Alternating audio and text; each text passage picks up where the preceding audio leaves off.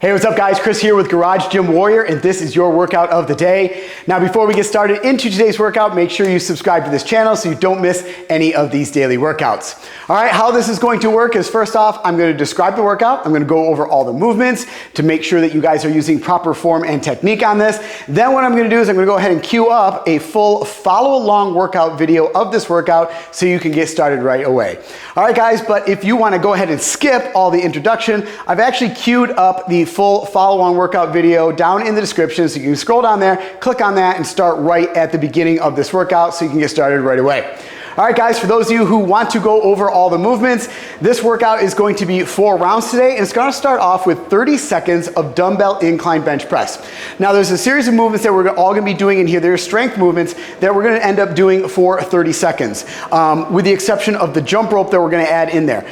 But with the strength training movements, I don't necessarily want you to do 30 seconds of that movement. It's pretty long on there. What I'm doing is I'm allowing you 30 seconds to perform the movement, and what I want you to do is I'd rather have you go to failure. So I typically would like to see you go to maybe 20, 25 seconds on that at max. If you actually reach 30 seconds, I feel like you've gone a little bit too light on there, so what I'd like you to do is up the weight in there. So I really want to push you to get to that 20-second mark and you're at failure and you can no longer do any more of those reps. So I'm giving you the 30, I'm allowing you that time to get in there and dial that in, but I'd rather have you go to failure. So first off, this workout begins with 30 seconds of dumbbell incline bench press. So I've got my bench set up back here at an incline. I'll pull it out slightly here so you can see it a little bit better, and then I'm just going to go ahead and grab 2 dumbbells.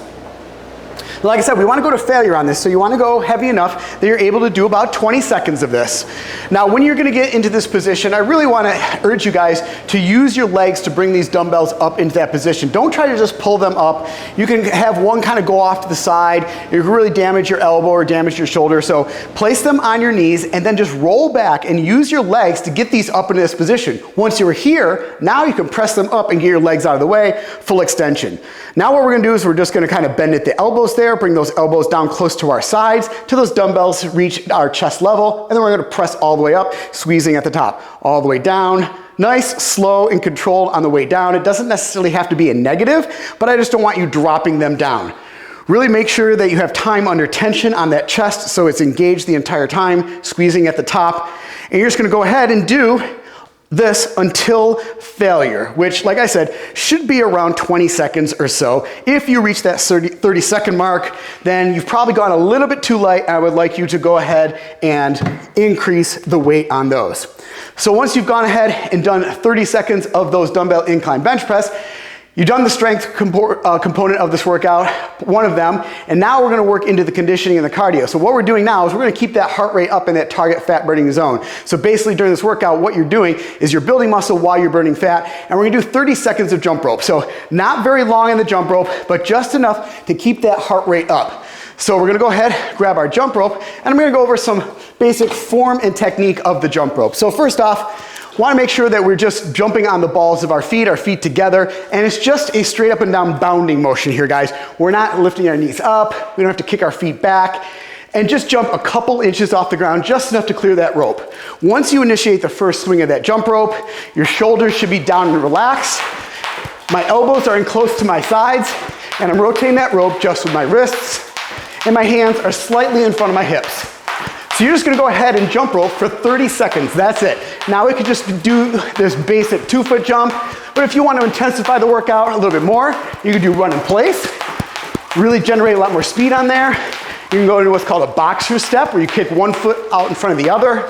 Or if you're more proficient in jump rope, you can go into a freestyle movement here, guys, switch it up, and you can even go ahead and do double unders, which is going to be 2 rotations of the jump rope for every jump. All right, guys, so after you've done 30 seconds of that, now we're going to go into 30 seconds of dumbbell alternating lunges. So go ahead and set the jump rope down. We're going to need 2 dumbbells for this. Palms are facing each other, palms are facing your hips, chest up, shoulders back. You're going to lunge forward with your right leg.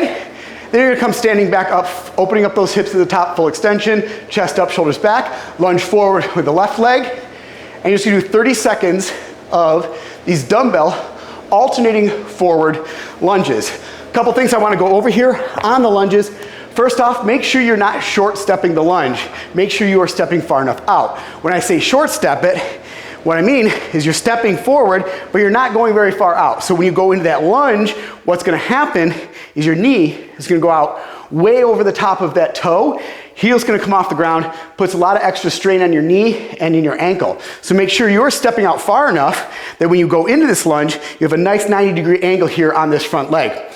Another thing, you're gonna have two dumbbells in your hands and you're gonna be moving forwards and backwards. Those dumbbells are gonna wanna pull you forward. I don't want you to get in a position where you've lunged forward and you're hanging out over the top of your leg here and the dumbbells are all the way down here. We want to engage your triceps, engage your lats, roll those shoulders back, keep that chest up. So as you're lunging forward, your body, upper part of your torso is in a full upright position and not swinging back and forward. So you're gonna go ahead and do 30 seconds of those dumbbell alternating lunges. Then we're gonna pick up that jump rope again, keep that cardio going, keep that conditioning going, keep that heart in that fat burning zone for another 30 seconds of jump rope. Then we're gonna go into 30 seconds of dumbbell shoulder press. So I'm gonna go ahead and just grab the same dumbbells I was using before for the lunges. You're gonna take these two dumbbells, bring them up into the front rack position. Palms are about a 45-degree angle here, so not fully straight on, but also not facing our ears, 45 degrees. From here, feet are about hip width apart here, slight bend in those knees. From here, you're just gonna press up, and then slow and controlled come back down. Press up, slow and controlled come back down. Now, once again, just like the bench press and just like the lunges, I've got you going for 30 seconds, but I would prefer that you go heavy on these so you get about 20 seconds until you get to that point where you just cannot do another strict one. Then you know that you've actually gone to failure on that movement. So you're gonna go ahead and do 30 seconds or to failure of those dumbbell shoulder press. Then you're gonna pick up the jump rope again for another 30 seconds of jump rope. And then we're just gonna go and do 30 seconds of alternating dumbbell supination curls to work the biceps.